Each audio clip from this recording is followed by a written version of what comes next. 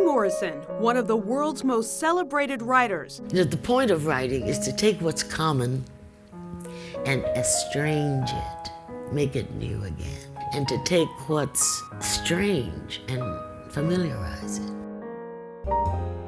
Born Chloe Anthony Wolford in 1931, Morrison had an interest in storytelling at a very young age. Her father often told her African-American folktales, something she would later weave into her work. Morrison attended both Howard and Cornell universities. She began teaching at the height of the civil rights movement. It was then Chloe became known as Toni Morrison. Toni a nickname, and Morrison the last name of her ex-husband. During her time teaching, she began sharing stories with a campus writing group.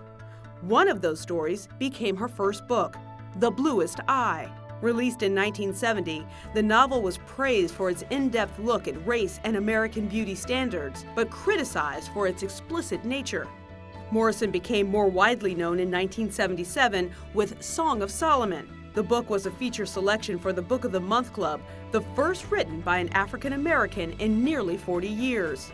Morrison became known for characters who challenged views on race and gender. I don't describe any of my characters. I mean, a little bit, you know, this tall, short man, woman, but nobody knows what they look like.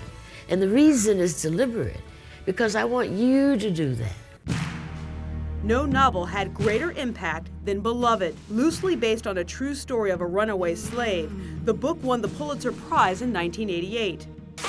Baby! A decade later, Oprah Winfrey took the story to the silver screen, but the film tanked at the box office.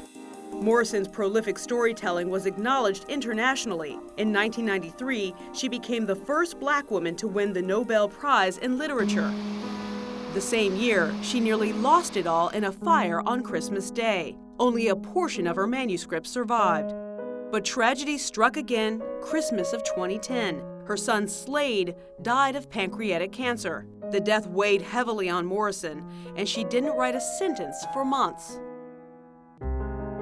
Toni Morrison left an indelible mark on literature, spanning over 5 decades. While presenting her with the Presidential Medal of Freedom, President Obama said this. Toni Morrison's prose brings us that kind of moral and emotional intensity that few writers ever attempt.